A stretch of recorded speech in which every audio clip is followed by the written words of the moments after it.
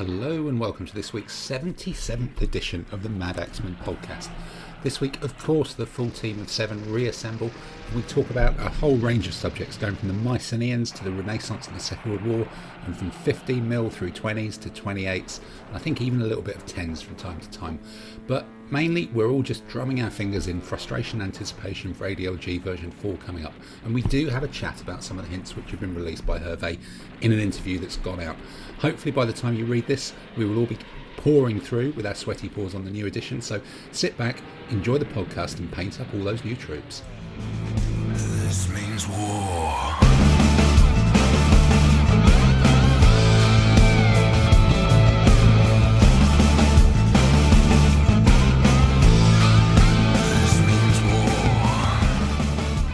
Well, look, welcome everybody to, I've just bloody lost count really, an innumerate number of Madaxeman podcasts here. And as usual, the Hirsute and the not so Hirsute set of 7 are here up on screen. I must admit, with the sun shining, I'm getting bloody sick of Zoom, and I've not even had a job for 6 months. But I only see you now once a fortnight. But we all hate Zoom. We all hate Zoom still, indeed. And as we're lurking into the outside and we're lurking forwards to World of ADLG 4, and we're almost in touching distance now of, in theory, being able to play face-to-face games, which we can do outside, but by the time this comes out, we'll be a fortnight away from doing this indoors as well, which will be tremendously exciting as well. But without further ado, never mind the gaming, never mind the outdoor, never mind the getting a tan and a haircut, let's talk about what people have done locked in their own small rooms doing a chunk of painting. And let's, for a change, start in the kitchen of the Finkel.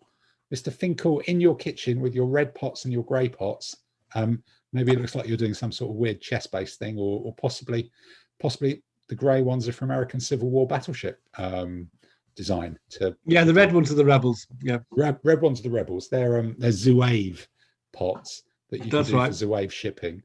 So what have you been up to in the last fortnight in the world of painting? I've almost forgot what you were doing. So have I, to be honest. I'm starting one of these projects which is a bit like your Hungarians, I think it was, or your Arabs, and you think, oh God, it's ever going to end? And it's basically 10mm World War II stuff. I've done 12 bases of British infantry and 12 bases of British paras, and I found some more stuff which I'm painting and rebasing, and it just seems to go on and on. Is this because you got the Germans in plastic from Victrix, hadn't you? But no, that was Adam. That was Adam has got the Germans from Victrix. Yeah, and you've got Pendragon metals, then I'm guessing. Yeah, that's right. And Jeff gave me a load of them. I think the minifix ones. Okay, they're a little bit smaller, but you can sort of weed them in. And the good thing is these guys have all got support weapons like Piats and Bren guns and things, so you can just stick one on a base so it doesn't actually throw the other ones out of balance. 11 them in. Yeah. Okay. So I've got a load of them to paint. What's been your approach with those guys? Is it paint? Is it base first and then undercoat? Is it undercoat them on sticks? How do you actually how do you approach 10mm? Yeah, stick them on lollipop sticks with blue tack. Undercoat them grey primer, then put the khaki on, then a kind of bone or bleach colour for the gaiters and the haversacks, darker brown or black for the weapon, dab of flesh, then you go back over where you overpainted the flesh where you shouldn't have done, and then that's basically it. And then you stick them on bases. Do you find that the blue tack holds them on well enough? Because most of the time, yeah.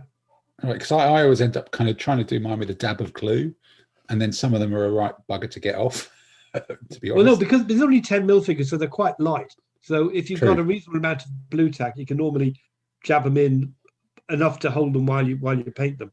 Right. Do you do blue tack with 15s, or do you glue those as well? I normally glue the 15s. I've only started using blue tack recently, so I haven't really tried it with 15s. It's a COVID-related initiative then. Well, it's just something that occurred to me quite recently. And I've tried doing some of those Victrix Hanomags, and they're a pain in the arse. Is that the assembly or the painting? or both? Well, primarily the assembly, and then it looks a bit naff when you start painting it. I mean, it really would be helpful if you said, do this first, then do that, then do something else. Because you find you put it together and you trial by error, you've done it all slightly wrong. And for example, you stick the squad in, then you find that the bloke with the machine gun sticking out the front, there's no room for him to stand, which is a bit frustrating. All right, so it's either the man with the machine gun or the infantry in the back, or are you supposed to step the infantry down? Well, you should really put the guy with the machine gun first, and then put your squads in. But because there's nothing to tell you that, you only find out by trial and error. More errors than trial. God, that's amazing. Because mine are from the metal ones from Red 3, and they slot together so neatly. You know, it kind of doesn't matter which way you do it. It all kind of fits. And I think I ended up leaving the undercarriage, the tracks and stuff, the track unit off to do that separately, so that you can paint on the top of the tracks, because that's always a challenge with those mill ones. So did you end up biting the bullet and buying 6 tigers, which is I haven't bought any tigers. I'm a little bit. I'm sure in terms of the modelling, the way they cut out and stuff, they're absolutely fine. Just putting them together and working out how to put them together, and that is a bit of a bugger. So I'm not inclined to go out and buy any more. And to be honest, I'm not sure whether I'm going to keep these half tracks or just write it off as a bad job and maybe buy some somewhere else. Wow. Okay. Jury's out on that at the moment, but they just. Okay. I'm not convinced they're going to turn out as well as I would have hoped. On that note, then, because I've got some Stugs lined up, well, going to be lined up in the painting queue soon. Tim, did you say that you've done the Stugs? I've done the Shermans, and that was like a 3-part model, or it's 5. So I think it was 2 tracks, and the base of the tank was one thing. So you stuck the tracks onto this little base thing to give you some science fiction vehicle that you could probably do, and then you clip the top of the tank onto it after you've done all the tracks. Then the turret I think the turret might even have been one piece. I'm not even sure it had a separate gun. I think it was just the one Cromwell's piece. is 4 bits, and each of the sides, the top, the bottom of the gun, it's all separate bits. It's about 5 or 6 bits in a turret. Why I don't know, but God, that's really weird, because the Sherman was super easy.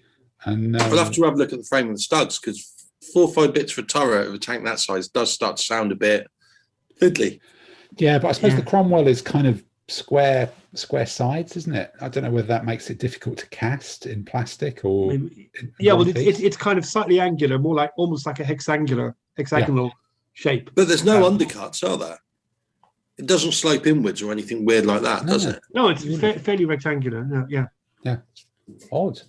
Okay. So has it just been sort of all the last fortnight has been Second World War world for you then? Yeah. Okay. That does prompt me that I should probably go back and look at some of my own then. But okay. Well, Adam, as you were talking about things that you own and you're tempted to start, that presumably means you haven't started any Stugs yet. Anything or what's been on the Adam Bournemouth paint bench? I've done a fair bit. I'm actually quite pleased with the last 2 weeks, because I've done three separate things. I finished off the late 15th century knights I was doing, which I'm really pleased with. I'm pleased with the models, and I'm pleased with how I painted them, because the Perry models, all the horses in a canter and all the sort of like riders have got the lance upright. They're not in full-on charge, which I actually quite like. If I do a medium knight army like the Teutonics, and if I do that, I'm going to base the army around the knights, and I'm going to want them all in a long line, charging forward, lances down, looking grrr. Whereas sort of like where in the Ordnance French, the knights are just one part of the toolkit type thing. They look like they're traveling with intent, but they're not sort of like charging in. So they look like hopefully what they are, sort of the elite spear tip of the mounted riders, because they're near enough all in white harness, but the harness for the horses and are colourful. And I've done the lance, some sort of single colours, but quite colourful, some stripes. So I'm really pleased with how they turned out. Did you do spiral stripes, or did you just go for bands? I didn't do the barber's pole. I went for bands, because looking at the barber's pole, I sort of did some research on how to do that, and I just thought, because it's sort of like putting tape round. You can get tape and put it around, and I thought that's fine right up until what happens when you get to where the hand. Oh, I can't be asked, so I just did bands. I think that's a good enough compromise between that looks cool and that was easy. So those two things. Because I suppose it does mean your Google search history involves searching for how to paint a barber's pole, and I don't know if that's some sort of euphemism taking us into Because this army I'm actually making more of an effort, spending more time on than what I've been doing recently. So because I was thinking, so the riders, shall I just spray them gunmetal and sort of like more or less call it a gun? But I didn't. I did them black. And then I did a heavy dry brush and gunmetal. And then I did a heavy wash in dark tone army painter because I couldn't find any Nuln oil. And another dry brush of gunmetal, and then a light dry brush of silver, which because it's all dry brushing is ridiculously quick, but it just gives quite a lot of depth for the sort of like time taken versus effect. It's a really good sort of like equation. And the colourfulness comes there as well with all the horse tack. So I'm really pleased with them.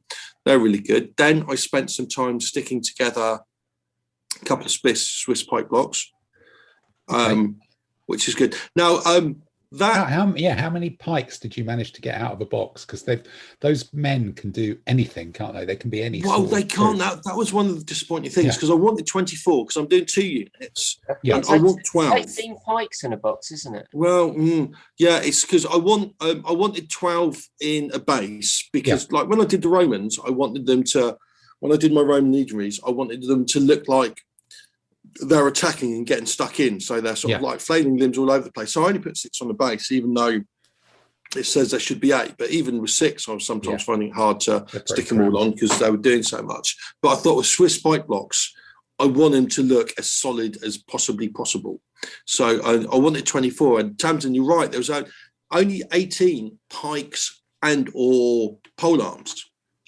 So I was thinking that's annoying, but firstly, there are also sort of like 4 commanders, someone waving a flag or playing an instrument or something. You can go in the middle. And then, as well as buying those that box of mercenaries, I bought a box of late foot knights for the dismounts, basically, and a box of English Civil War bow and billmen because I need ordnance archers. And all those 3 boxes work together. So I can kind of make it work because I took a couple of the bodies from the foot knights and gave them a pike. So the front ranks of the pikes look like really solid, fully armoured. So that looks really cool. The 6th edition medium infantry with an extra heavy infantry crust. Extra heavy crust, yes, indeed. Proper old school rules. Yeah. And I can use, there's lots of options on the arms of the English billmen for bills and pole arms, which can go onto the bodies of the mercenaries. So each pike block has got 1 or 2 pole arms in the middle, which is quite historical. The Swiss pike blocks until quite late weren't all pikes, they had lots of pikemen. Plus that means I can also do another base of 6 two-handed cutted weapon to work on the flank. And because I've substituted in some knight bodies, that gives me enough bodies to do a box of 6, one base of 6 crossbows, in case I want them for filler, and 5 units of skirmishes, either with crossbows or handguns. So and you've got 2 other packets of those fillers as well. Yeah, just by accident. All those 3 boxes working together is really, really handy, and they all do fit together really, really well. It's like I checked. There's from the English billman and archers box, there was sort of like a 2-armed thing holding the same 2-handed cutting weapon, and it just fitted onto one of the Swiss bodies perfectly, like it was part of the same kit. And I needed to do nothing with it, so that was really pleasing. And I haven't based them all up, but I did 2 bases and figured out where it was all going to go. And I looked at that and I thought, I'm not sure whether I like the look of that because it looks a bit grey. So I'm hoping once there's colour, once there's armour, once there's sort of like movement, I'm hoping that they're going to turn out to be a couple of really nice looking bases and look really, really tough Swiss pikey. Yeah, because if they're Swiss, you were saying that you did black undercoat and then dry brush and all the rest of it on the knights. But then if you've got fully armored geezers at the front rank of your pipe block as well, are you going to do those with undercoating them in black? I am. And for the colourful ones, because I'll probably do, I can't remember the cantons, one that's blue and white and one that's red and black or something like that. The blue and white ones, I think it was Lucerne. Yes, Lucerne. Yeah, and I think it's Ori, the one with the bear, the Hoffmeister. That's Burn, I think, is the bear, isn't it? Bear was black and yellow. Yeah, black and yellow. Burn and Ori's the one with the bull. It might be that one. Bull is Burn, yeah. Yeah, anyhow, so yeah, I'm going to do all black. So the colourful ones are going to take more work than I'm used to doing on a figure, because I'm going to have to build up a bit of colour. But again, it's worth it, because where the uniform's going to be split in half, having the black line down the middle, it's going to take a while, but I'm hoping that the outcome will be worth it, rather than just sort of like quickly paint on bit of red, bit of white, army paint. So that will look a bit Now, obviously, they're going to look far too shiny and clean, but it's the reason why we paint toy soldiers, because we like shiny nice looking things. So that's good. I think I did see this week on I wonder which group it was. It was on one Facebook group that somebody had published a load of downloadable, print-offable flags for Swiss that were really nice. Might have been in 15 mil historical. I might have a look. But the other good thing about the Perry boxes is they come with a leaflet full of flags. Yeah, true. So my knights have the one that will serve as the included general if I ever use it. He's got a flag. They've got flags for the different Swiss contingents in this box. There's also a French royal flag, which I'll probably give one of the Swiss white box one of them, because they're probably going to have an included general. So it kind of comes with it. It's all quite good. Yeah, I think I found those. The Perry. It is great to get free flags in it, but I don't know. I think I found those flags maybe a little bit. They looked a bit small, or something, or I don't know what. Maybe it's. Maybe I'm just thinking. Weirdly enough, the ones with the in a Swiss box, the ones that came with the knights don't, but the Swiss flags do look not massive. Yeah. But I kind of think if you're having Swiss, you just need dirty great flags to make them look more. Well, Dave, you're waving. No, Dave, that's just putting it close to the camera. We can see that it might be big but small and far away. But yeah, no, that I can see it better now. That is a dirty great flag there. But yeah, I thought the Perry ones were a little bit small. They looked a bit odd. I tried using some of the Swiss ones, and you were like, This isn't. No, that's because I did look at them. When I looked at them, I thought that is a bit small. So yeah, I might sort of like dig it. No, you said it as well. It's like, not just me. Yeah. I might go for and they might be historically correct that size, but Tosh, we don't do that sort of stuff in this podcast, do we? Not at all. You've got to highlight the highlight the interesting bits. So I might go bigger flags, and then. I had got based up my World War II Germans, and I've been painting them, and I'm halfway through them. Victrix infantry. Where's your head at being halfway through them? They're fine. They're characterful. They're well sculpted. There was almost no flash. They're absolutely fine. Right. As I say, it's like I was a bit disappointed to get so many figures with so little additional extras of not just infantry. But as I say, I think they've done a company box, which is like, it's fine. Painting them is good.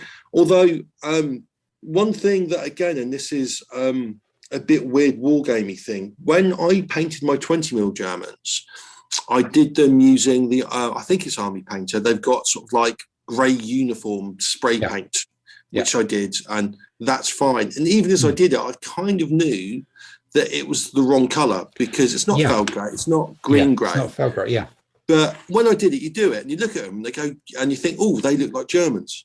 Yeah. You know what I mean? Like so Essex Germans, fine. Really. Yeah. Yeah.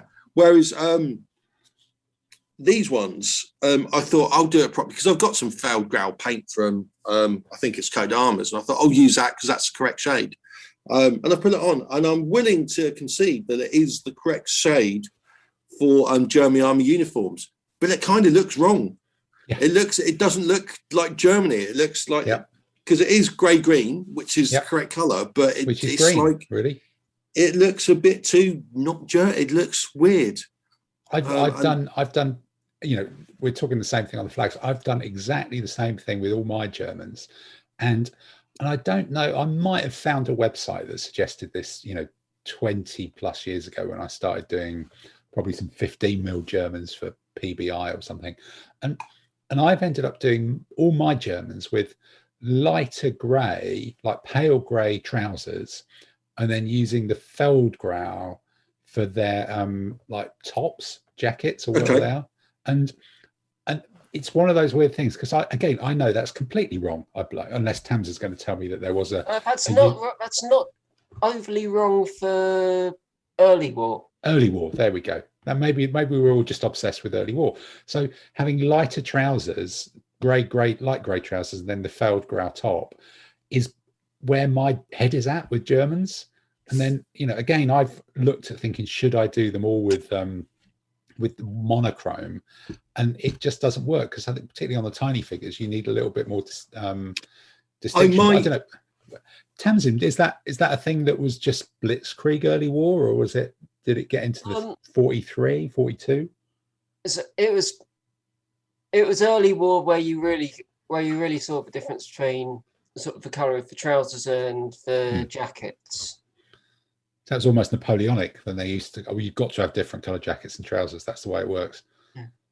I might give that, because repainting trousers will take minutes, because it's just like whack, whack, whack, whack, whack. But I want to put on the rest of the colours first, because I've only really so far done the uniform colour. So it might be that it's just that's the only thing that I can see. So it looks wrong. And once everything else is done, that might work. And I'm also going to use army paint, although I'm not going to use the big tin, because that's quite gloopy. I'm going to give them a light wash of the sort of like water-based one, and that might help settle it down as well. So we'll see how that goes. Tamsin, can you tell me what colour should I paint a Piat? Piat, you know, the anti-tank weapon. The English one. Yeah. That's just the sort of what scale are you talking? 10 mil, sort of green, black. Green. Yeah. Okay, thanks. It was green. If you got sort of olive greens. Yeah. If you're using Vallejo, I'd say reflective green. No, I'm using coat d'arms, sort of lighter added in. Faded olive. Huh? Faded olive. Yeah. You might need to give fade, because that's coat d'arms paint, isn't it? Yeah. Don't really know those. But same colour as a British tank, and call it a good one. Yeah. Right. And that would be the same. You'd use the same colour for either mortars. Yeah. What about the sort of Piat bombs? Would they be green as well, or different colour? They tended to be, yeah. Right. Okay. Let's paint the whole damn thing green.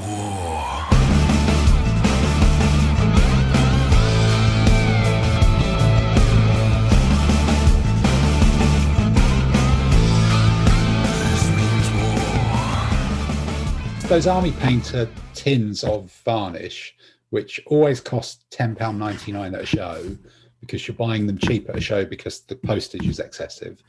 And then you always get 50% of the tin before an impenetrable skin about an inch thick forms on the top of it. No matter how carefully you try to avoid wiping the varnish around the edge of the tin on the way so that it does actually seal and the air doesn't get in. Which I think is, someone told me once, it's because it has some sort of non-reactive air injected into it to start with, and as soon as you open it and it's just got normal air, it's just buggered anyway. But I was just trying to think, it's such a long time now. I used to slather it on everything as a gloss varnish and then matte varnish, but I just found it was just becoming too heavy for where my painting style was going. And you know, I think maybe I've used it on some tanks that I really, really wanted to make darker, but I've not used it for a long time. And I've got two tins that are both half open, and I know that they're both dead, really. And I'm just not sure that I'm going to kind of go I think again. Before they die, I think it does get quite gloopy, which again, when you're doing 28 mil figures and you're doing them quite bright anyhow, or sort of like quite, that's still okay, because it is 28. Yeah. But where I'm doing 10s, I think the water-based one is just a lot more delicate. So a little coat of that, because it'll bring out the face. It'll sort of like settle into any creases in the uniform. So because the Feldgau just looks monochrome uniform at the moment. So once the creases are brown, darker, I'm hoping it will sort of like make it settle down. Yeah, I wonder if other people have kind of, has anybody else kind of gone past Army Painter? It was a go-to for Dave. You're waving a tin of stuff that looks like. Are you going to open it now live on screen and find out that it's all gone? I'm just trying to open it because I have to admit that you may never open it. Now that you've discussed it, I don't think this has been opened for a good. Maybe it's lockdown has actually improved all our painting and we're not using so much of damn stuff. I might try and open one of mine in real. No. Peter, you're all over that shit. Yeah. No, this is Here we go. I like using it because it does an extra coverage to protect my stuff. I've not used it as much and I've used it a lot more sparingly and stuff. But I find it protects my figures from my. How brave am I for comedy purposes? Oh, yeah, no, that's just a little bit clumsiness over the computer. Yeah, over the computer. This must be like 75% full, and it's just got a rock hard rubbery skin that may well go all the way down it. And I've got a stalagmite. Yeah, it's got a stalagmite. It's got a stalagmite in the middle of the tin lid as well. Yeah, what you'll find is it gets so hard you can almost use it as an armor-piercing sabot round for a tank. Oh no, this is kind of slightly wobbly, which is even more disturbing. And then it's never going to seal again properly, is it? Until I get a hammer. So let's pop that back up there. So do you think this is like a podcast thing that other than you, Peter, all our painting has improved and we're not using so much Army Painter? Well, painting's improved. Doesn't mean to say I can't use Army Painter. Right. Yes. Yeah, yours has got to the stage of using it. It works well on gold. Never used Army Painter. I use it. I still quite like it. As I say, the Romans and my Dacians, they all got it. It made me paint those armies so much quicker. I wouldn't have done them if I had to paint them properly in a sort of like a proper artistic, skillful style.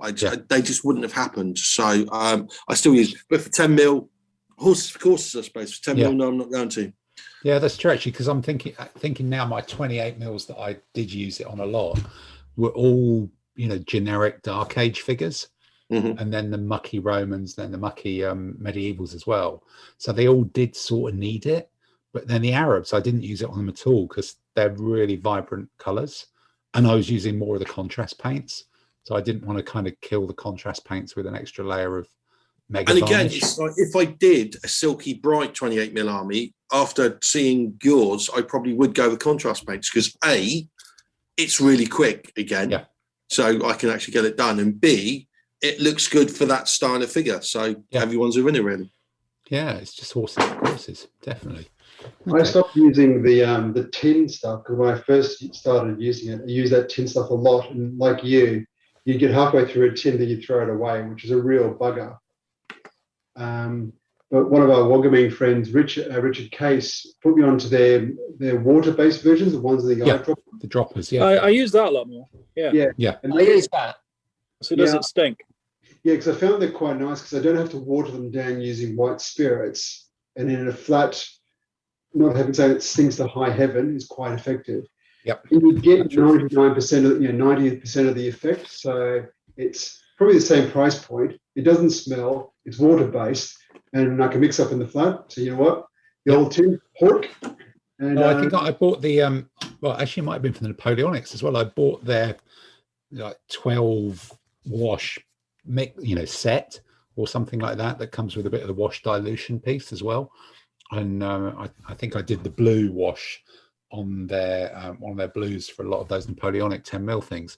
But okay, so that's kind of moved on. But I just find the tin one, it works well and it protects my stuff and goes all quickly. But the problem is, one, the smell, and two, if I do my usual cack-handedness, I find like stickiness on the back of my hand or something like 4 hours later, where it's like glommed onto me and being able to shift it. So I'm always paranoid when I'm having to do work stuff that I won't get it all over my laptop. Actually, I'm just looking at this again and thinking I've almost always bought strong tone in the tin, the gloss varnish tin. I wonder, does the soft tone tin actually exist? Does everybody just buy soft tone, or is it me buying strong I always tone? get strong. You always get strong. Does anybody buy soft? With a tin, I did use the soft tone for. I did it for my Austrians, for my blue car, Napoleonic Army, because obviously they're all in white. I wanted a lighter brown because the heavier one looked really dirty. Yeah, and the soft one wasn't too bad. Okay, but I just always wonder whether you need a black wash, but very watered down, rather than a light brown wash for stuff like Austrians. That's kind of the. You want the black bits to be black, but you don't want it to distract. You don't want to make them all very pale sepia. I don't know. That's the thing. But okay, well, let's keep going around and jump away from the world of washes and easy painting, and ask the only proper painter on the thing, Tamsin. Where have we been going this week with the? I presume you must have finished. I'm guessing some amazing Americans. Paris are finished. Wow. Okay. So open up share screen share so you can see pics. So last time I think I just started on some support teams. I think it was, yeah. I finished the first platoon and started on some support elements. So you got Ivo, so you got medics, the infantry, team. Yeah. You got jump off point, sort of medic tending a casualty, sniper, guy with radar with the radio. Radar who's acting as a forward observer, a medic, and an engineer with satchel of demolition charges. Okay, yelling out there. Yeah. So what did you use for the radio? Because you've got the radio. Sorry. You've got the radio with actually an antenna on it. What did you use for that? Just nylon bristle from a brush. Okay. All right. Super glued it in, then I painted it. Did you research the proper colour for it, or did you just go grey? It's sort of a grey metallic. Okay, of course. There's probably 3 layers of dry brushing on it or something like that. No. Just the two. Okay. Either bazooka teams, which I finally took photos of. Yeah. Okay.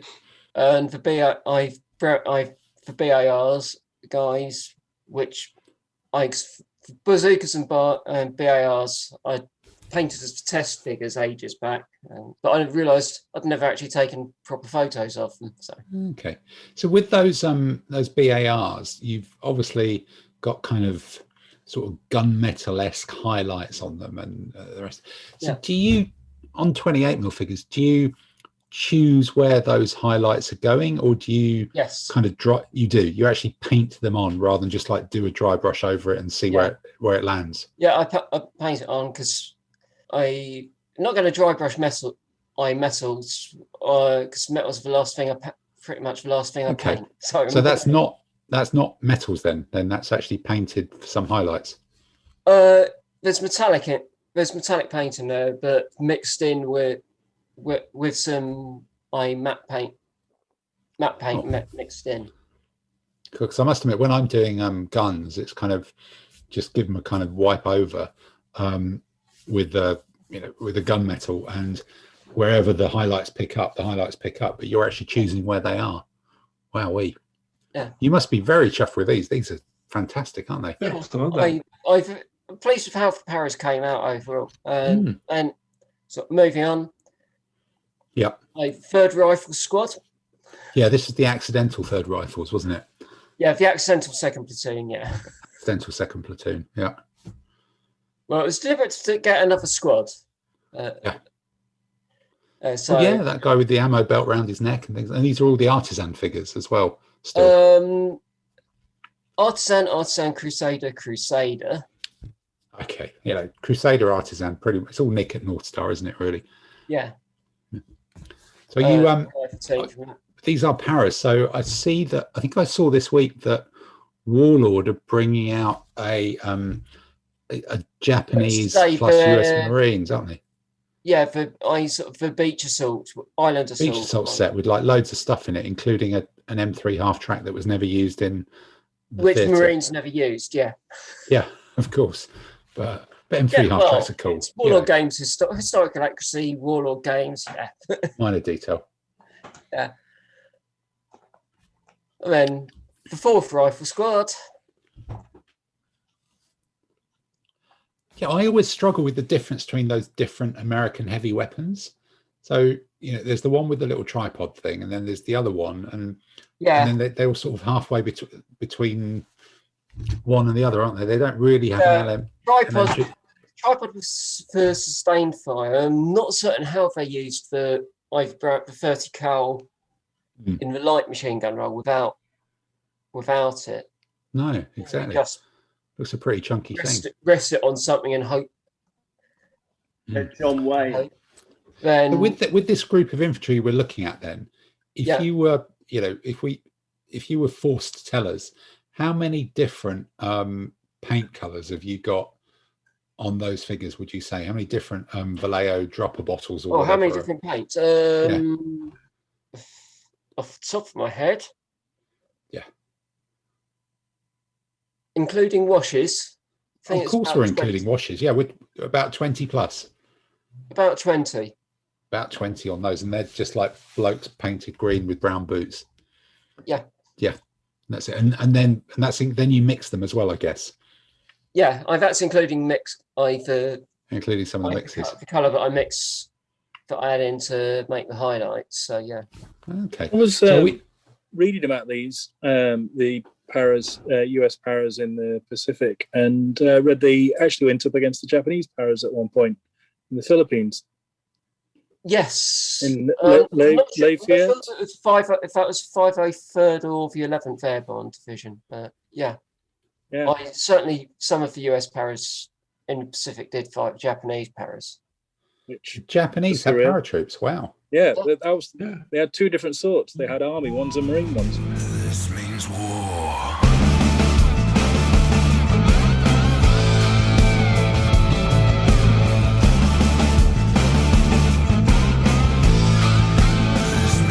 Then, having finished the US paras, stayed with the 28mm Airborne, and the Polish paras. The Polish Arnhem Paras, or the Polish, we want to go to Arnhem Paras. Well, the Polish paras also at Monte Cassino. Made its Roosterbeak. Yes. Yep. Because is it the anniversary of that coming up soon, or is September? September, not for a while. Yeah. Were the Polish paras involved in Monte Cassino, or am I getting mixed up with other Poles? No. Yeah, that was the German Paras, wasn't it? No, it was the Poles took Germans the Abbey, but I don't know if the paratroops or not. Polish Free Force was in Monte Cassino. The Polish fought there, but not their paras. Right. Yeah, because I just had to take this last photo because 7 figures out of 18, all basically the same skull. Leg pose. Yep. Bottom half. It's the Polish Airborne synchronized hopping team. Synchronized hopping team. Yeah, they're all walking with the right leg down and the left leg up, and just running forwards. Okay. So, given these are British para type smocks, what are the 3 primary colours? Because there's a brown, there's a beige, and there's a green, isn't there, on the splinter camo? Those ones, I did them all in sort of the second pattern Denison, so it's the more sort of greenish grey base. But was there a Vallejo, triad for those 3, or was it all mixed? Right. Base colours were German camo beige. Okay. Flat green and mahogany brown. Mahogany brown. Okay.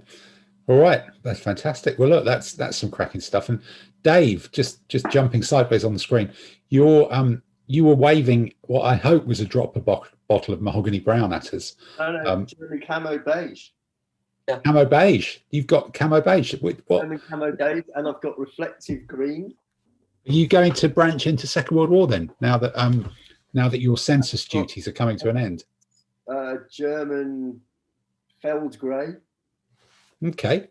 You bought these during the podcast, as Adam was talking about it, and Tamsin had been talking about them, no? So what have you been up? What have you been up to in between tramping the streets of northwest London?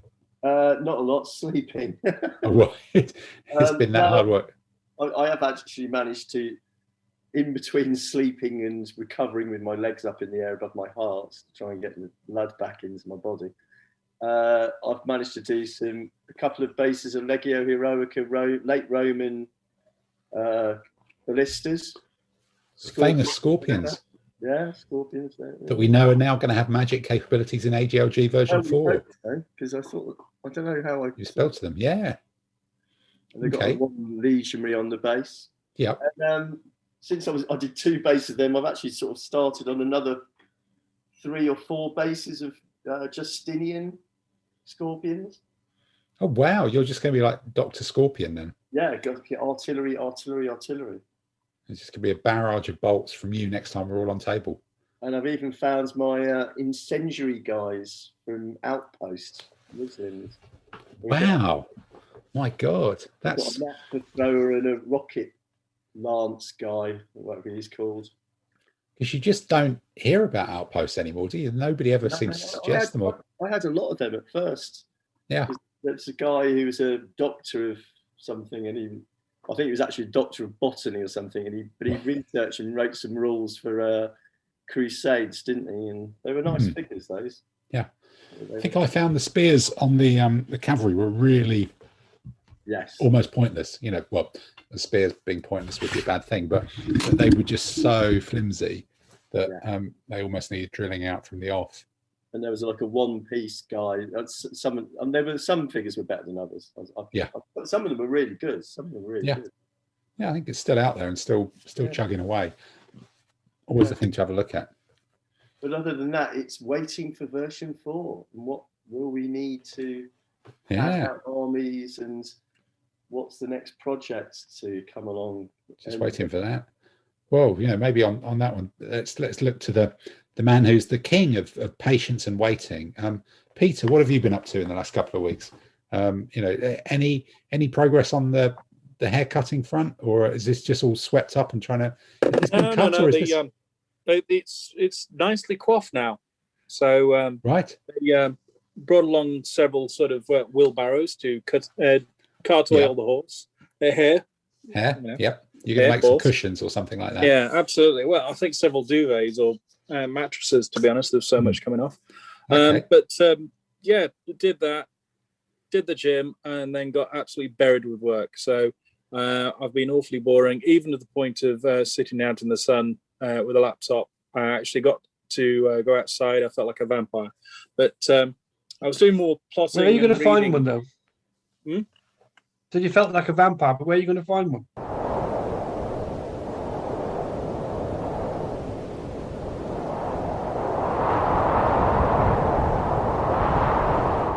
Yeah, that's what, you know, just because I was feeling peckish. But the other stuff I've been looking at is some of the articles for ADLG in the interview. So that's the key bit I've been looking at. Just to see what, did you manage to get any more info out of Khorasan about their Assyrians, I think you were looking at? Yeah. Or was that radio silent still? No, not had anything from there. I was looking at a couple of others because they're looking at the new armies and everything else as you start looking at different things. And I know we'll have a chat for that in a bit. So I was also looking at the museum ones, following what yourselves have had. And how's that been painting the new museum ones? Because I was just looking, they had the Mycenaean ones. I was wondering how they'd get on with it. Yeah, well, I think myself and Simon, in fact, maybe it's go to Simon, because I think we were talking about painting the museum ones as well. And I think we did a handoff of something. I can't remember what it was that we passed on about 2 weeks ago when I managed to get one of the rare warm enough to go out on a bike days and make my way down to Paddington Basin before the traffic gets too nutty again. But I think we both had that same sort of museum experience, didn't we, about how to paint them and whether going through the phases of are they good, are they bad, are they paintable by more mortals or not? Yeah, because they're quite nice molds, but what I found, especially with so I've just done the Macedonian and the hoplites, and what I found is a lot of the details are very, very fine. So you've got to be very, very careful when you're painting on, because Peter, you paint a little bit like I do sometimes. You know, big mug of a hand and just sort of smoosh the paint on, so you lose a lot of the detail. But with some of the washes, it does pop out. So it's sort of compared to some other ranges where there's a lot of detail that works really well for a wargamer painter who's a little bit clumsy or less accurate compared to. I must admit, I think you've hit my niche spot. I've got to get good miniatures to make up for my inabilities and my capabilities. I know my standard and I know my capabilities, and I try to improve on them at times. But at some point, as Adam was saying, it's like you've got to have it scream out to you. It's the 3-foot view. It's all very well being able to do the detail and that. And every so often I do that, really enjoy it when I can get around to it. But for me, I like getting the stuff on the table and playing it. So actually having some miniatures where you can get those features, get the key points on there. And if you have time, you can really go to town on them. But it's something that's going to, one, be more robust for me, because I've got a nasty habit of dropping the stuff. And two, that it's going to have sufficient detail that I like the look of them. I like when, you've got that 3-foot look and, you like having that mixture. Like Tamsin mentioned, I don't like it when they're all a bit too rigid. So you like to get that variables. But it's just, and for me, I like looking at some of those ranges and sorting out the armies. That's why I think I've got to sort of get back to sort of doing some of the play tests and everything else. And then I'm really going to go to town on some of these, especially with the updated rule set coming out. Or what you could do, Peter, rather than wait for the new rules and then decide, you could buy the entire range of models, because that way then you can do all the extras. Because you don't want a 200-point army. You want the options, you want the dismounts, you want the expendables, you want this. And I'll only use it once, but why wouldn't I have 3 superior war wagons running around the table? Just because you can. Yeah, you see, that's where I'm also going with the additional stuff on the current armies I've got to sort of add them up. So that's why I was researching the bolt throwers and everything else that Dave is now going and everything else. I've just got to stop still long enough to actually execute on those plans. So buy on it. Yeah, it's like people have got like their paint list. I've got the ones I want to buy to then execute to even make it to the paint list. For me at the moment, a good bit would be actually getting the figures in and get them to the undercoat stage, which I know is heresy for some people, but it's like even to get to that point at the moment, I'd just like a break to do that. But well, I could recommend, if you need to outsource some miniature painting, we have a painter available in this podcast who might be able to do you a deal. It's got to be someone, isn't it? So This means war.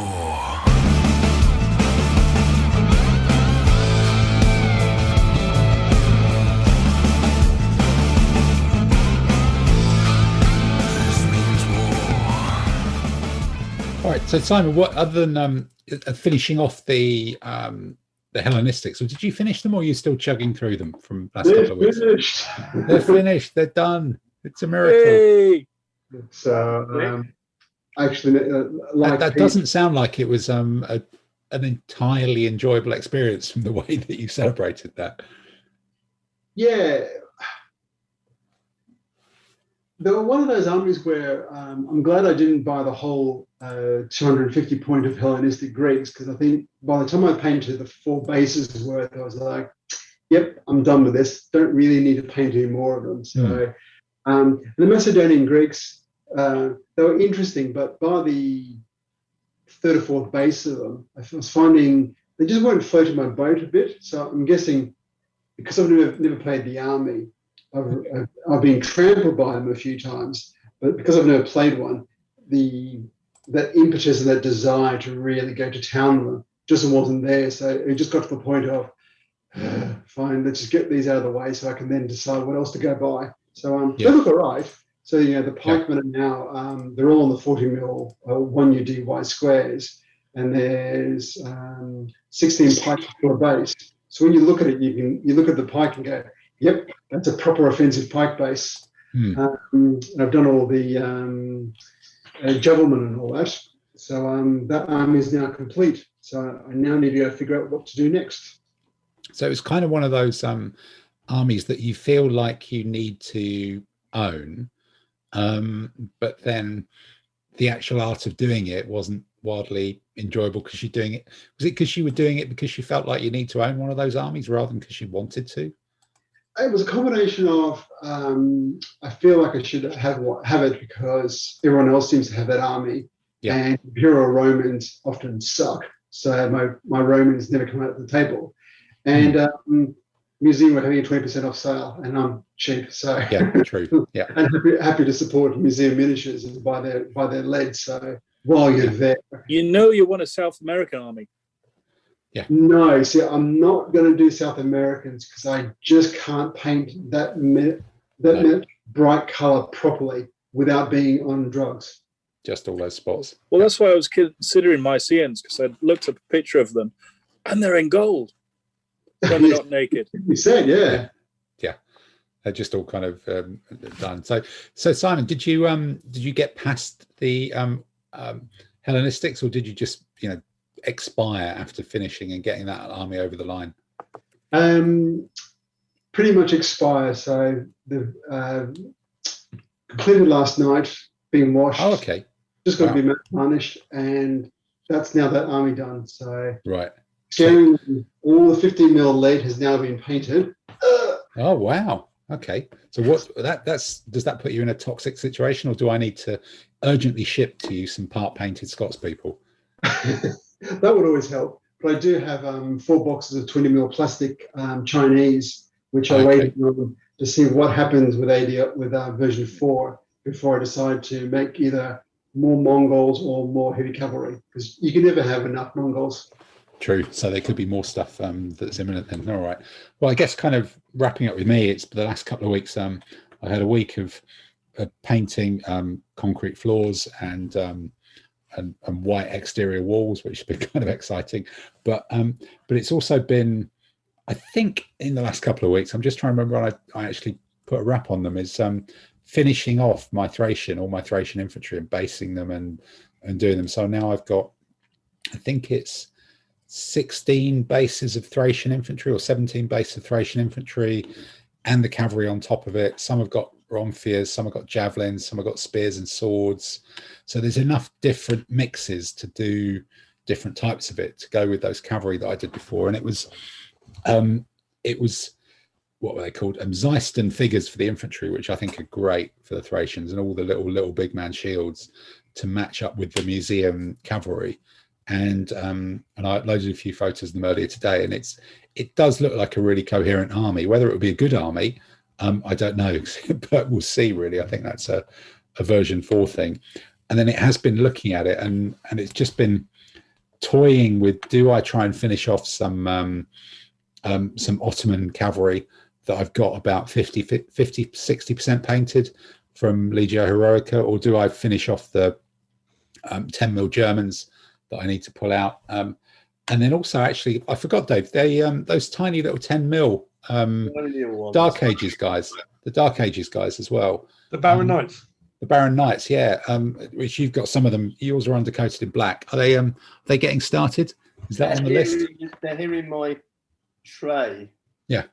Yes, I think I will crack into those. Yeah. Give an experiment, because I got out an old, I think we talked about it a while ago, an really old book with some games on it. I was thinking, what do I do with these little figures, and do I make them into game counters for some sort of board game? Because at some point I must have a board game involving medieval people, because there's Kingmaker and all those sorts of things. And if you based 2 or 3 of them on a little round, they would actually be quite nice pieces. So it's whether to actually base them up as gaming pieces. And it's possibly for a game that I don't know if I own yet, but it just kind of gets them done. You could always turn them into like a 15 or even 28 mil camp, and it's like that's the village but far away. But far away, yeah. But they're all little knights on horses and things like that. They're all just charging around. It's a flank attack coming in from far away. From quite a very, very far away. Very, very far away. Did you have that game Cry Havoc, the old Yeah, I haven't got it, but I kind of feel like I should, in a way, really. So maybe I'm just buying pieces for a game that I don't yet own, or not buying. Maybe it's a game you want to design. No, I don't want to be doing that. No, I just like buy it, play it, do all that sort of stuff. And I think on that basis, it is time to talk about a game that someone else has designed. This means war.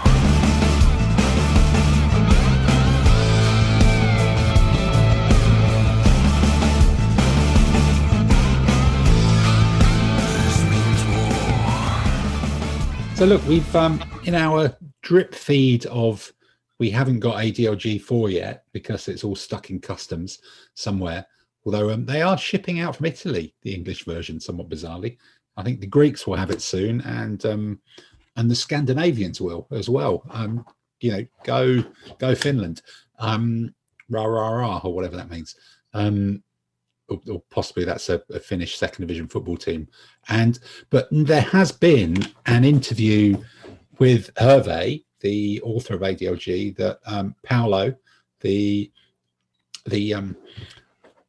significant Italian gamer, the impactful Italian gamer, has done on No Dice No Glory website. And as well as all the hints and things that have been drip fed through the website, there's a bit more detail emerging before we get this copy of the Rune North Star into our sticky little hands. So rather than pretend that this isn't happening and just kick it into the long grass for another 2 weeks, we thought what we'd do would have a quick round robin on some of these things that are coming out at the moment. So if I just run through the handful of new things that are in this interview. So in version 4, Hervé is adding in some specific units. This is another wonderful bit of translation, kind of more chrome, really. I think that's a great phrase. It appears that players like these kinds of units as it allows them to paint some very specific figures. War wagons with blades being the classic, the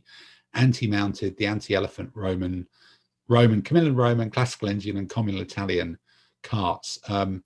Very, very unusual characteristics. So they don't shoot. Other war wagons tend to shoot or do shoot. These guys don't. They can charge and contact the enemy, which is completely different. They don't pursue, I guess. Fairly sensible. They've got a combat factor of 2 against elephants, which is pretty pokey. And even better, they cancel the impact ability of elephants. But I guess they're reasonably easy to avoid. And they're an 8-point budget, which makes them, I think, fairly cheap. So, you know, let's just run round and ask the question. Peter, you know, you're Mr. Elephant. Does this fill you with horror, or does this fill you with a desire to get a Camillan Roman army? No. See, this looks interesting. The reason being, the 2 armies which I'd look at is the classical Indian and the communal Italian. I think they would be absolutely hilarious to suddenly rock up there, because what I'd have with the classical Indian, I'd have 1 or 2 of these wagons supporting my elephants going in. So normally in those sort of periods, you have someone turn up with his elephants, you've got your elephants, and it's a bit of a sort of blast off. Whereas you have one of these, you can really upset them and then go in with your elephants. I think that'd be great fun. Okay. I don't know, Dave. What's your thoughts on these? Does this look like a little bit of extra colour for you? I'm not sure. I mean, I presume the Camillan Roman is it's not the flaming pigs, is it? There was some other thing the Camillan Romans did with some sort of. I think in DBM they had anti-elephant carts. Yeah, it was so this is the same thing. I can't quite remember what they were, but I'm not sure. I know classical Indian had some sort of war wagon which was designed to fight elephants, but I don't know what the communal Italian war wagon for anti-elephant is. It wasn't so much a war wagon against elephants, because obviously the Italians didn't fight. So the communal Italians didn't fight elephants. No. We fought enough of them at Burton, didn't we? Yeah. Because I used to play communal Italian in DBM, so I was a big fan of it just because it was a stupid army. You know, how could you not like an army where you could spend the entire table in spear eye? So that was, for me, was the excitement thing. But the communal Italians with the war wagons was great fun against mounted armies. Because one of the big tactics or techniques back then was you just come around the flank of a communal Italian army and do a Pac-Man down the line. When you put 6 war wagons across your army, sometimes 2 on each flank, you've got 160 mil deep of base as a flank attack. You're protecting against your flank attacks as you walk 40 spear down the table. It was great for pushing night armies off the table because they couldn't get around you.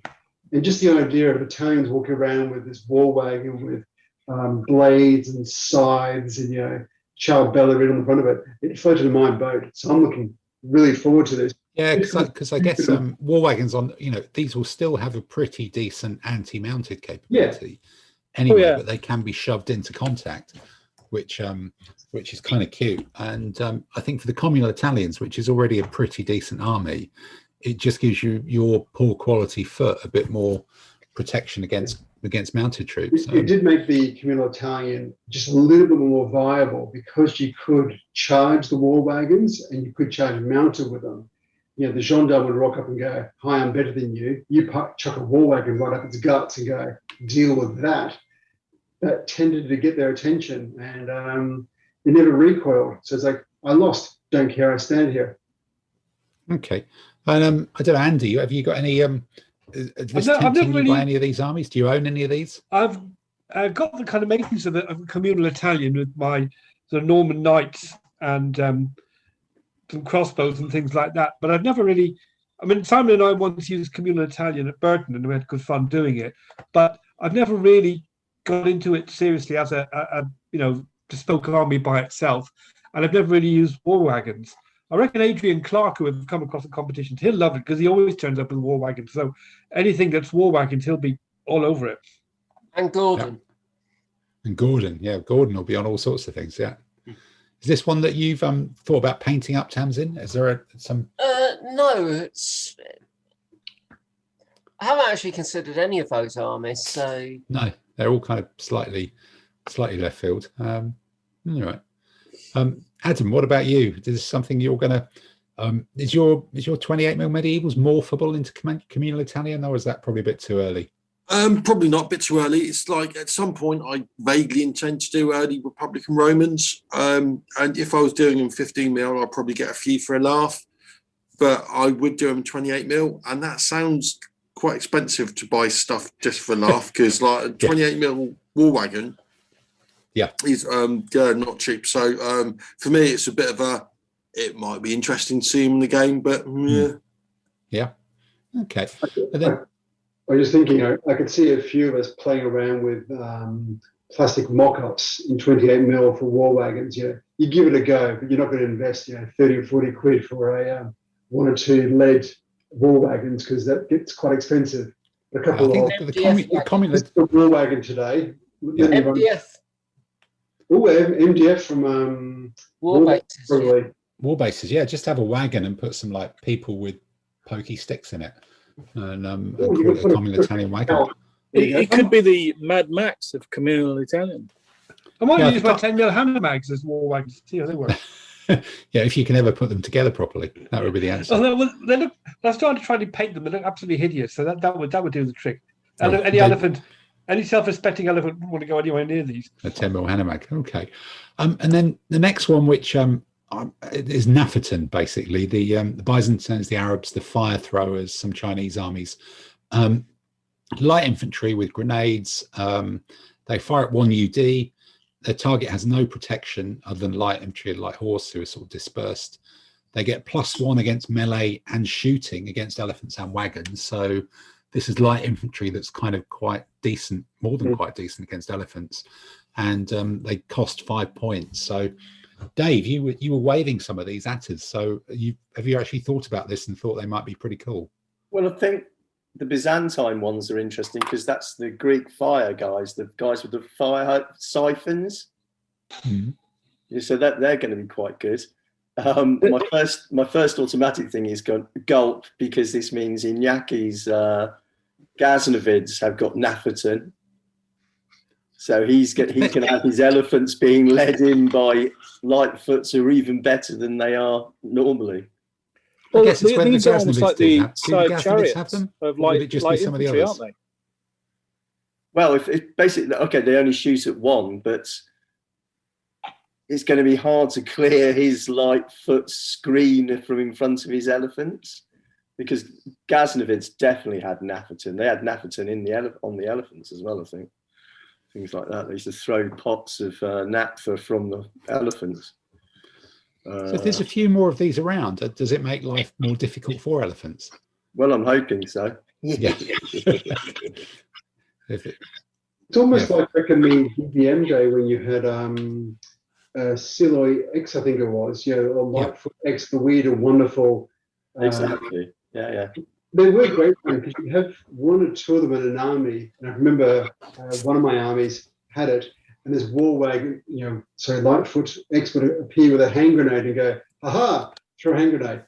Oh, that didn't work. Trample. So I think if it makes things a bit more than just rock, paper, and scissors, and gives some of that colour that some of the armies like the Byzantines and the Chinese have, that'd be great. Because I remember some people doing some great models of, Lightfoot with flaming pigs coming out of them, or hand grenades on fire, or explosions. So you can see modelers going to town on this. Yeah, because looking at the Ghaznavids used to have Naphaton with light infantry firearm at 4. So these are a little bit better, but they are a little bit more expensive and have a shorter range. So they're not going to be throwing these things as far as an archer or something like that.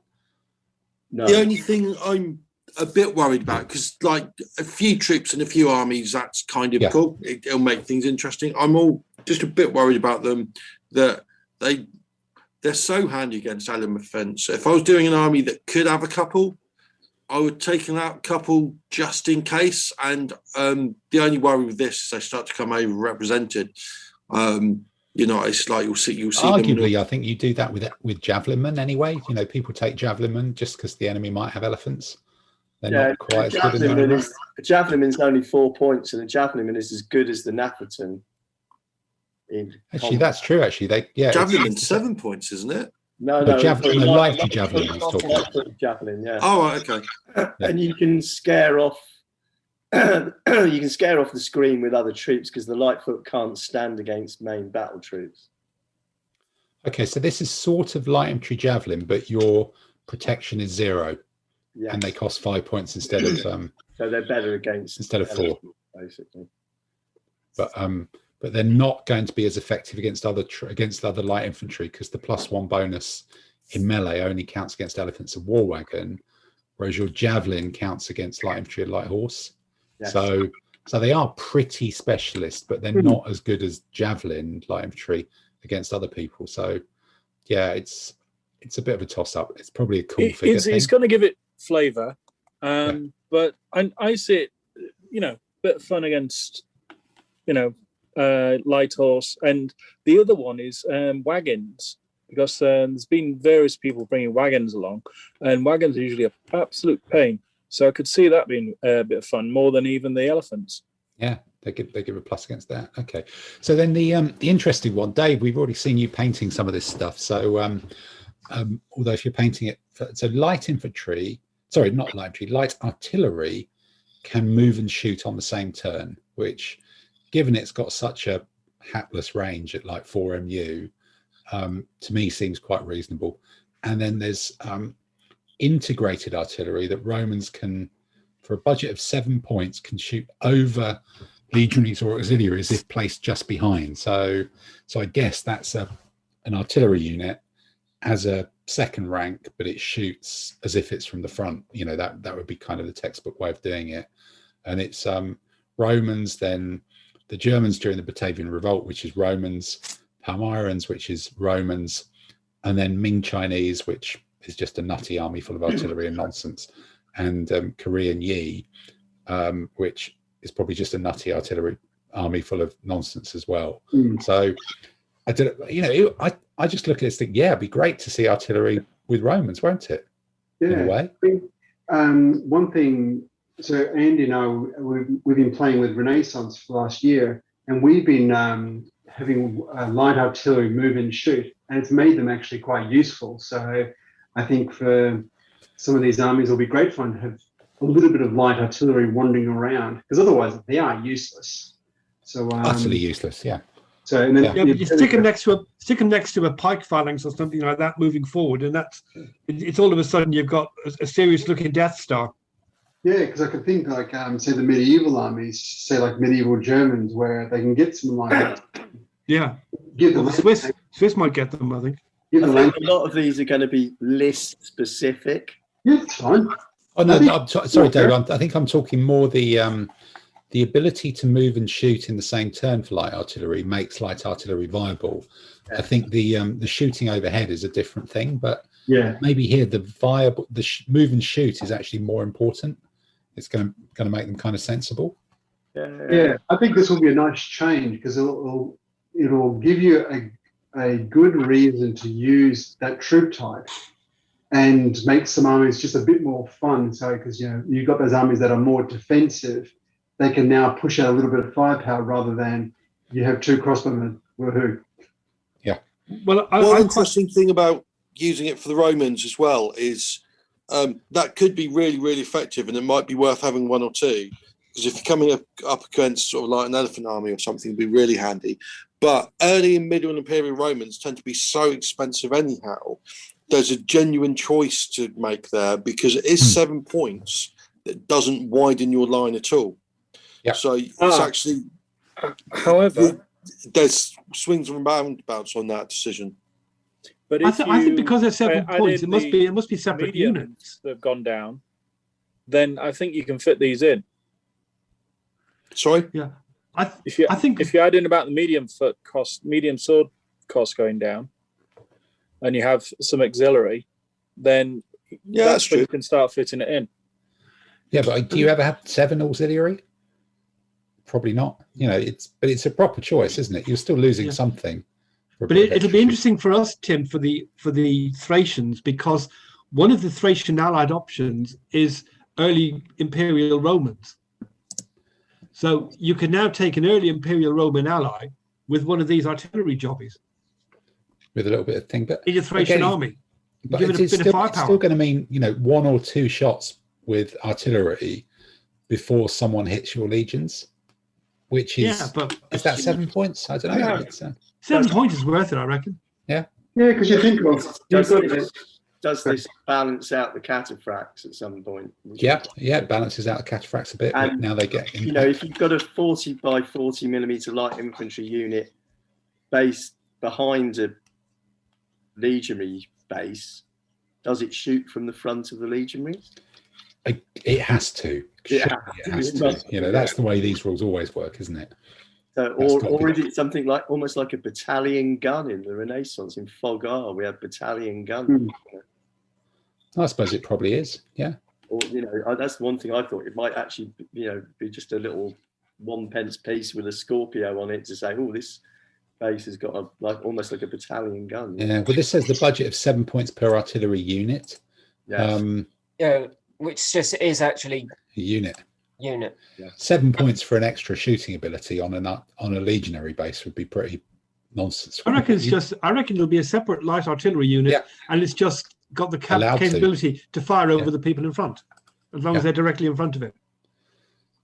No, I think it'll be great. It'll be like Dave's Scorpion models. Again, there's all those artillery on carts that we've all wanted to buy and never really had a justification to buy them if you haven't already. So again, some more troop types on the table, something a bit more interesting to look at. Will look pretty good. Well, we'll find out because I'm taking the late Roman my Legio Heroica army, which I painted a few years ago, which is very, very pretty. Going to take that to York in June, so there may be some scorpions in there. They will be. Right. So then the final bit that comes up on this interview is that there's 18 entirely new lists. I think, although to be fair, some of them look like they're spun out of, separated of existing ones. Some of them we're going to be able to not even guess at, but maybe it's just to have a quick look. So Yayoi Japanese. Anybody got any clues on that? That's very early Japanese. Yeah, very, very super early.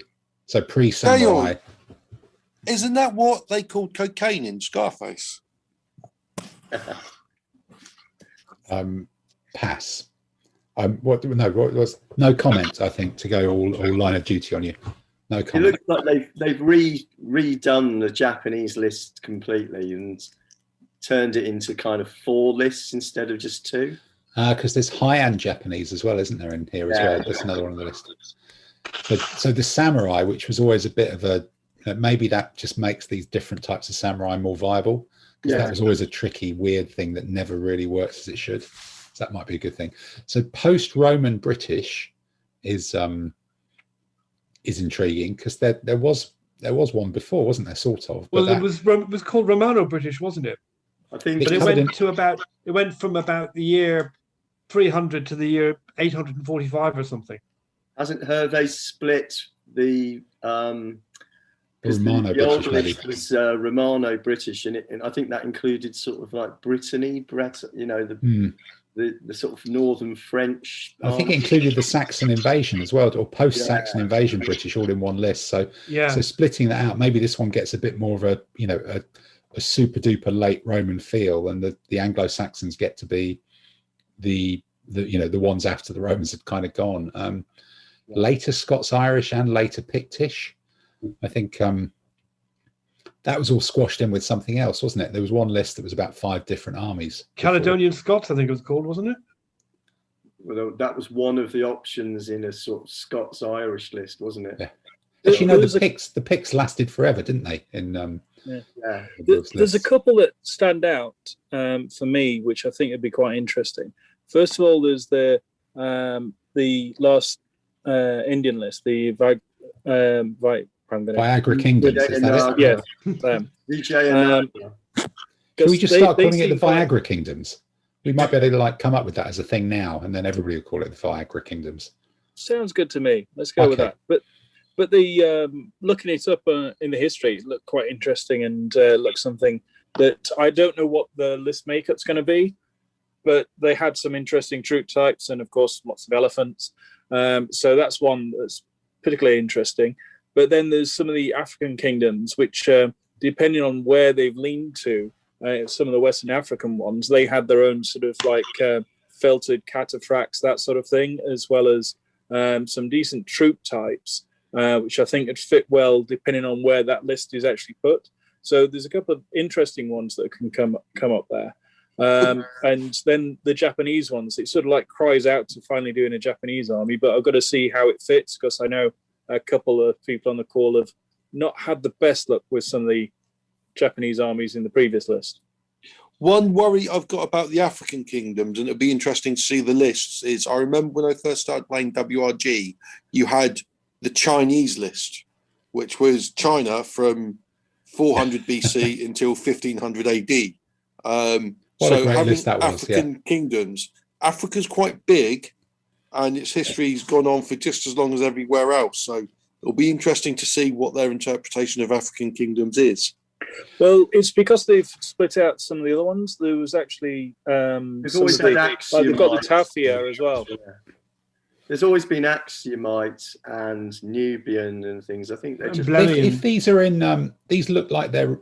Do they look like they're in order? Possibly they do. Yeah, I think they are in chronological order. If it's order. African kingdoms in that sort of order, near the Taifa kingdoms and feudal, it may well be the African kingdoms that had contact with the sort of southern Islamic state that kind of went into those empires, the south of Morocco, Songhai and things like that. No, maybe even the West African, the Songhai. There were some big empires that traded with Mali and the Muslim kingdoms just north of the Sahara, that they were like proper empires that there's some proper history about. Not kind of the more people who were big enough to put armies into the field, I guess, is where it needs to be. It's going to boil down to which period they're set into, because part of what it does on this list, my assumption would be they're feudal. Which would put the Muslim in contact. So possibly they're going up against medium knights. Possibly they get their own. Who knows? Won't have medium knights, but anything else in here that looks interesting? Astur, Leonese, and Navarrese looks like an early feudal Spanish. Well, it looks like it's really gone to town with the Spanish, with the Tafia, which is the Tafi, which was the southern Muslim kingdom in Spain. Then you've got the Leonese and Navarrese, which is going to have medium knights. It's got to. I think it's going to be too early a period. And then the medieval Cyprus, that could be a lot of fun as well. I think after Leonese and Navarrese is going to be the early sort of heavy cavalry combinations. And then you're going to go into the feudal Spanish and then the medieval Spanish. And then medieval Teutonic gets separated out, I presume, because that was like a medium and a late night list, wasn't it? I think. Yeah. And then feudal Welsh, who knows? A bit more detail. Feudal Scandi. Medieval Cyprus there was a Cypriot list, a sort of Crusader Cypriot list, which I've used a few times, so I don't know where that goes.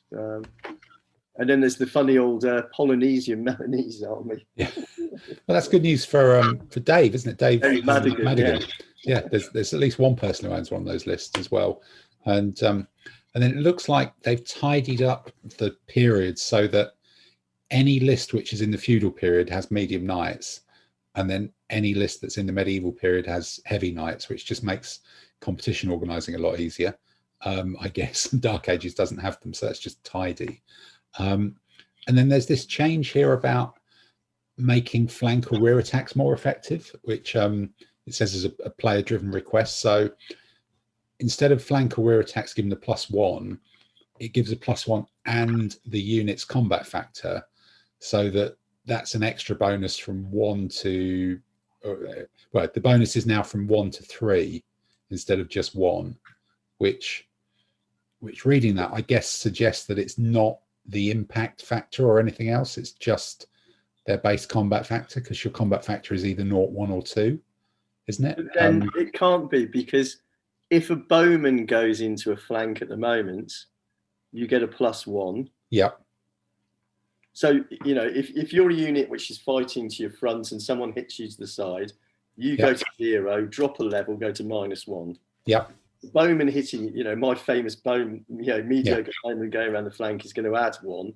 Yeah. So if a spearman, say, goes into a flank, that must be adding 2. Yeah. And then pikeman would add 3, wouldn't it? Exactly. And so that's all you can, if it says from 1 to 3, maybe it just is the base factor. Because so, for example, cataphracting going into infantry in the flank, they wouldn't add total of 3. You'd add. No, I'm not talking about. What it means is that, so knight, if a knight is fighting a knight at the moment, the base factors are 2 against 2. Yeah. Then if another knight hits that knight in the flank, that knight hitting the flank goes to -1. And then the knight in front is a factor of 2 plus 2 on the side. So it's going to be essentially 5-0. Yeah, but you're then, when they say +1 to +3, they're not including the minus that's being given for hitting in the flank. That exists. Yeah. That's always exists. But a knight fighting a knight, when another knight hits it in the flank, it's going to be basically going to be 5-0. So it's going to be but at the moment it would still be, you'd be 2 frontally attacking. Your opponent would be at -1, and then you get an extra 1 for the flank attack. So you'd be 3 to -1. So you'd start 4 factors up. Yeah. So starting 6 factors up or 4 factors up is still swings or roundabouts, isn't it? I guess. No, you'd be up 6 factors, because you'd be up 2 for the front, up 3 for the flank, and then they'd be down 1 for being hit and disrupted. I'm happy with that. It's like if you're fighting to the front and you let some knights charge you in the flank, you should be swept away. That's your problem, isn't it? Yeah, definitely. The upshot of it is that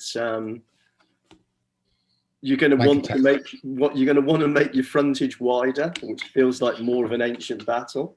Or you're going to not, be doing this cheesy, Dave's special mediocre bowman rolling up the line like Pac-Man, because they just won't be very good at it.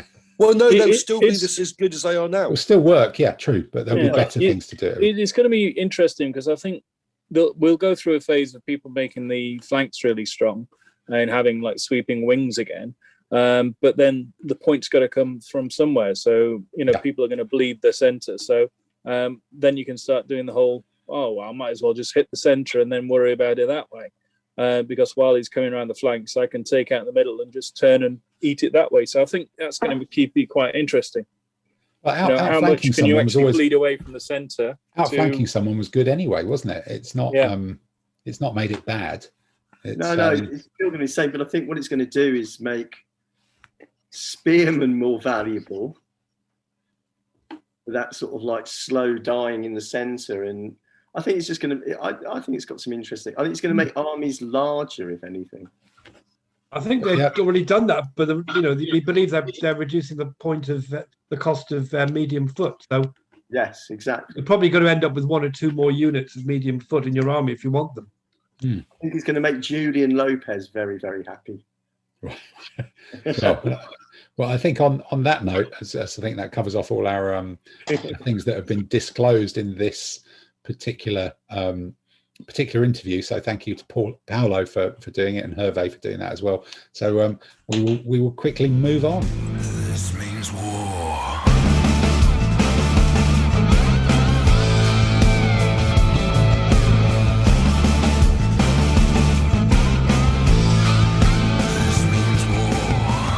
So now into the gaming section of this gaming sort of podcast, really. It's taken a while, hasn't it? So we've had a couple of our players in the last fortnight have managed to squeeze in some games, and I suspect next time in a fortnight we might see even more if there's some more outdoor activity going on, not in a Hampstead Heath sort of way. But Simon, what games have you managed to do I'm assuming online? Yes, this whole physical thing, in person. Yeah, not a big fan of it, but the old tabletop simulator still working. So I had a game of Renaissance against someone who reached out through Facebook and said he's keen on playing Renaissance and likes the idea of it, and gave him his first game on TTS. And we had a cracking game. We dragged it to historical armies. So we had 30 Years' War French versus Imperial 30 Years' War Germans. So yeah, good old-fashioned fight, French and Germans, never happened before. And you've got to love a game where you can get a Cuirassier charge happening in turn 2. Wow. Okay. Because he came screaming up, I advanced up. Next turn, he came screaming in, and we contacted. And because he'd won the initiative, because he wanted to be the aggressive player. And there was contact in my second turn, or his second turn. So it was good fun. And the end result was the type of result you want for your first game. He, both my army was 21 points, his was 22. I lost 21, he lost 21. So he beat me by a point. So it's like a proper tight game. There were body parts everywhere. We had flank charges. We had the rear support working. We had the pike and shot getting stuck in. Dragoons at each other behind in close fields going, there is no way I'm coming out into that mess. And artillery being sacked. It was thoroughly cracking first game. Sorry? Cracking first game. Yeah. He's played Fogar and other Renaissance games back in the day. And he likes the ADLG, the violence type of mechanic where you can get things stuck in. So you had two wings of Cuirassiers being very German. They came tearing into the French, and the French were on the back foot from about turn 2. Did some horrible things to his Cuirassiers by putting pike and shot units into them. That resolved a few issues. Yep. But then he started to outflank the pike and shot. We actually then got pike and shot going to square formation before being trampled on. So got to try out a whole bunch of different rules of quick, I'm being overrun. Go into the square, help. Got to do something. Got to do something with it. Okay. Good fun game. And we're going to have a rematch or something this week. We're trying the 3 UD range for musketry. Did that work well? Yeah, so we tried 3 UD muskets. We had they just made things a little bit more violent. So the Cuirassier, the mounted can stay out of shooting range for a little bit longer. And also we're playing a lot with the new points formula that we've worked out. And had a much better feel on the table of an army. When you looked at it, you went, that's a proper army. That looks, that makes sense. Bit of mounted, a lot of foot, and all that stuff. So lots of fun. All good. Okay. All right. And then Andy, I think you're our regular play every week guy, and we play the same guy every week. In fact. And so what's the progress this week? Well, we had two games since we last podcasted. First one was a Chinese civil war, two spring and autumn Chinese armies in the year 632, when the Chinese got a strategist called Duke Wang, I think his name is. And Dave had the strategist, but I managed to win that battle. It was fairly sluggish, and the dice seemed to desert him at a bad moment. We had a really interesting one last week, which was a battle called Harkamesh, which was between the Neo-Babylonians and the Saitic Egyptians. And I had the Neo-Babylonians, and I had one. He had more. He'd 4 elite chariots, and I only had 2 elite and 2 ordinary chariots. My chariots were busy fighting his hoplites, and I just stayed there and let his hoplites come on to me, and that worked reasonably well. It was fairly even. But while all that was going on, my main infantry force, which was 4 mixed bow sword units, I had them corseted with 2 hoplites, heavy spear, and on one wing I had 2 camels. And the bow was shooting at his heavy chariots and gradually hitting them. And he felt he couldn't charge me, because if he charged me, yes, he'd hurt the swordsman, but one of his chariots would run onto a hoplite, and the other would be fighting with a camel overlapping him and then able to hit him in next turn. So the combination of camels and spears corseting the mixed foot bow sword worked really well in sort of pinning him in place while I could shoot the blazes out of him. Okay, so proper shooting then. Which is good to get mass shooting actually having an effect in the game. If you scale it up, it really does start to do some damage, doesn't it? Well, I mean, I had three of these bow guys shooting at his line of chariots, and by the end of it, we'd actually hit 3 of them, and they're elite and armored. So, just shooting them often enough, and eventually you'll score some hits. Okay, well, if we're talking about hits, I think that probably means that the hit music that everybody waits for in this podcast must be imminent. And yes, I think there in the distance I can hear the sound of French techno coming towards us. Et voilà. Comment les entendre? Question. Comment les voir? Question.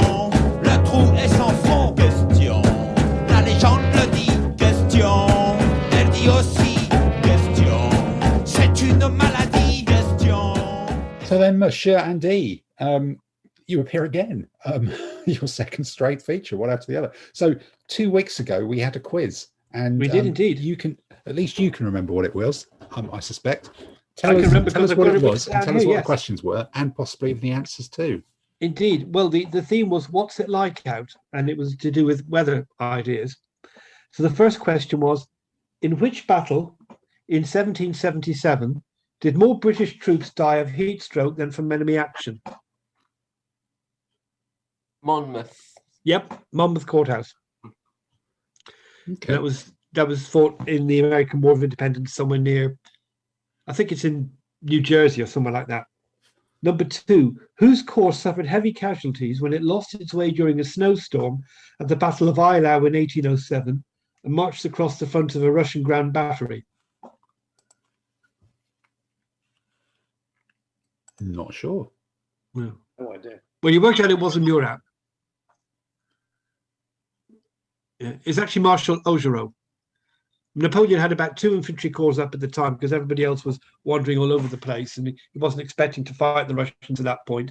And he'd kind of run out of ideas, so he sent Augereau's corps to attack the Russians, only they got kind of lost and there was a blizzard, and they ended up marching straight into a ground battery and got shot to blazes and fell back. And then Napoleon... Oh, they got shot at by French artillery as well, didn't they? Probably. I mean, it was all going on. Yeah. It was all shooting over the Roman legionaries, wasn't it? It was light artillery. That was it. Yeah, just what you want in a snowstorm, being shot at by both sides, and not good. You've been sleeping out in the cold the night before. Yeah, all good fun, right? And the third one is the term kamikaze means divine wind. What is the nationality of the first ship sunk by kamikaze? Chinese or Korean? Correct. Chinese or Korean, one of the two. Yeah. Go and explain, Townsend. Kublai Khan's invasions of Japan. That's right, in about 1275 or whatever it was. That's right, yeah. All right. Okay. Well, look, I think again, the basis of Jesus, Mary, Joseph, and the wee donkey. Let's just move on to the next set of questions. Comment les entendre? Question. Comment les voir? Question. Le trou est sans fond? Question. La légende le dit? Question. Elle dit aussi? Question. C'est une maladie? Question. Right then, Andy, take it away with this week's questions. I hope it's Line of Duty themed, but I'm going to be disappointed, I suspect. Well, I'll try and think of one for next time. Right. This one's called Lack of Leadership, and it basically came out of the Beards last time with the American Civil War. So the 3 questions, and I want to know the reason for lack of leadership by each of the following Civil War generals in battle, right? So the first one is Union General Joe Hooker on the second day of the Battle of Chancellorsville. What was the reason why he wasn't properly in command that day? The second one is General James Ledley at the Battle of the Crater in 1864. Is that the crater that we've seen? Yeah, the dimple. The dimple, the Battle of the Americans Dimple. call it the crater. I call it the dimple. Yep. Yeah. Right. And then the third one, who lost control at a battle, was George Pickett at the Battle of Five Forks in 1865. Not the Battle of Five Guys, the Battle of Five Forks. Yeah, Five Forks, or called not Four Forks. No, Five Forks. No, and there were handles either. No handles. Okay, then. Well, look, we've definitely got a handle on that. So I think that means the music is on its way in. Comment les entendre? Question. Comment les voir? Question. Le trou est sans fond? Question. La légende le dit? Question.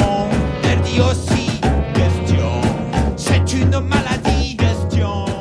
Right. Well, look, we've made it through another week, astonishingly, or another fortnight, even possibly. So it's just really time for a quick roundup of what's likely to be on the painting desk or happening or gaming or shopping over the next couple of weeks. So, Adam, let's start with you. And what have you got coming up on painting, finishing, basing, all that kind of malarkey? Finishing the Germans, then I will prep up my final 3 ironclad ships to paint. And then the Swiss will start getting their paint put on them. Bit of Swiss to come. Okay. Yeah. Tamsin, what about you? What's coming next for you? It's going to be terrain. Haven't decided what terrain yet, but it'll be. I'm guessing jungle might be up there in some way, shape, or form. Not at the moment. I've got some 6mm ACW buildings. I've got some 20mm shipping containers, or I've got some hedges. Right. Your Yes. shipping well, containers have copies of the rules in them. Some hills. Yeah. So that's quite a few choices then. All right. So Peter, do you think you're going to be getting onto pressing click, or are you going to wait till ADLG comes? I have booked myself a day off on Friday, and I'm going to do an oddities day. Aren't they all like that? I've seen some of your painting. No. Well, you know, I like to be consistent. Yeah. Consistently odd. Yeah. But I've got. I was just remembering in the trawl of the back of the brain that I have that I've actually got some Naffertons that I got from Donington a long time ago, which I haven't been able to actually utilise. So I'm going to paint up a few of those. I'm going to try and get an order in to get some of the carts, the bolt shooter cart things for my Romans, and just have a bit of fun with a few odd troop types while I await the book's arrival to then work out that, I'm going to do this army and do something totally random. But I know I've got various odd troop types because I know Simon and a couple others were joking about, the army you've got. I know when I've gone along and bought some, I've gone, they look interesting. So I've got various odd ones, which I know I can actually use to flesh out different things. Okay, so catching up on bits. And Dave, now that you're back in the bunker and your tramping around London is coming to an end, what's on your list? Is it opening a drawer and being surprised at what you find? It's waiting for the new rule set, basically, and then working out what things are missing from the stupid collection and what do we need to do. I'm desperately ready to start a new project and start painting another army, but I think it's best to wait and see. Yeah. Just at the moment, because there may be you may need another 2 bases of knights. You may need 2 bases of something and 2 bases of this. So I think it's wait. I think we're all just sitting here waiting for European import duties to work their way out, aren't we? In lots of ways. Yeah, or customs clearance or something to happen. All right. Well, Andy, you're the legal expert. Is there any strings that you can pull to help us with that, or are you just so busy just staring in disgust at your own Hanomags that there isn't time to fix international freight treaties? No, international freight's not my strong suit, I'm afraid. I'm going to put a request, Peter. Could you order a 1 Roman Caraballista thing for me when you put your order in, and I'll settle up with you? Will do. Just the one, or do you want several? No, just the one. I think it'd be an allied contingent. Okay. And my painting thing is just carrying on with this never-ending World War II 10mm project, and I might be somewhere near the end of it, or given up in disgust by the time we get to the next podcast. Okay. Oh, Simon, you almost gave up in disgust on a project, have you? And then you were saying that you're kind of a little bit light on what's coming next. Yeah, very scaringly. I've actually painted up all my 15mm lead. I'll just bring you some round. Maybe I've got some Polish hussars that just keep staring at me. Yeah. Well, I could cycle to Canary Wharf. It's only 25 kilometers. Wings that are missing. Yeah. So, like everyone, I'm sort of waiting to see what comes out in V4 to then give me an excuse to buy an army that I don't need, but it's shiny and I want it. And then also see if I need anything more for my 25mm medievals, which I probably don't, but I'll probably buy something anyway, or my Chinese. So, but I have been looking at some of the Arab armies, but it's not an army that I've got at all. And I do like the idea of a June-esque style Mujahideen, Fremen type of Arab army coming across. Would you do that in 28mm or 15? Probably 15s, because I don't think it would be an army that I play that often. So 15s is a lot cheaper. I'm trying to keep the 25s for the armies I know I'm going to play a lot. So yeah. Chinese, I can go from chariots to medieval, and medieval I can do all of Western Europe.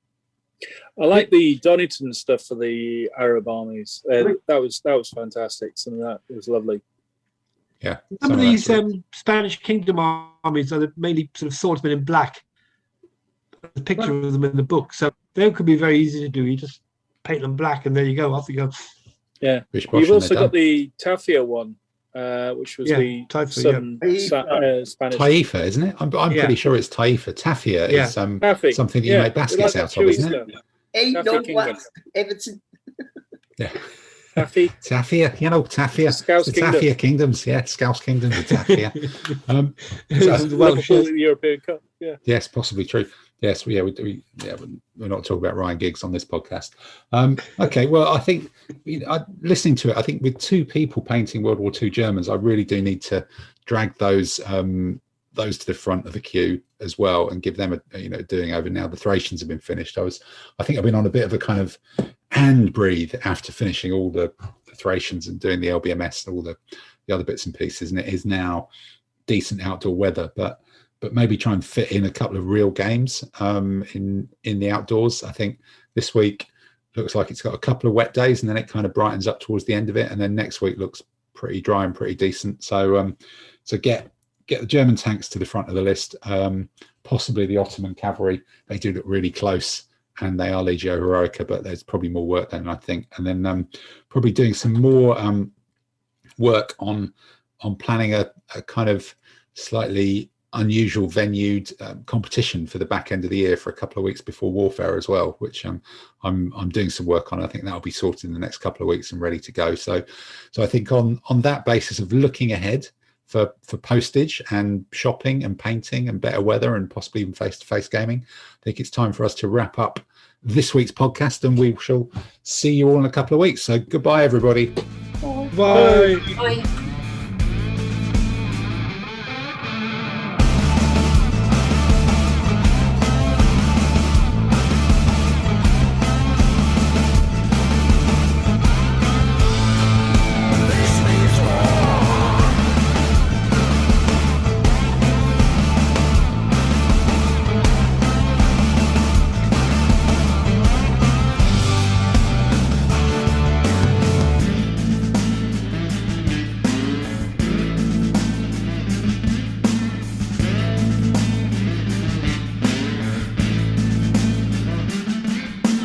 I'm ever going to get the lid back on this army painter now I've opened. No, you need to get a hammer. That's the answer, isn't it?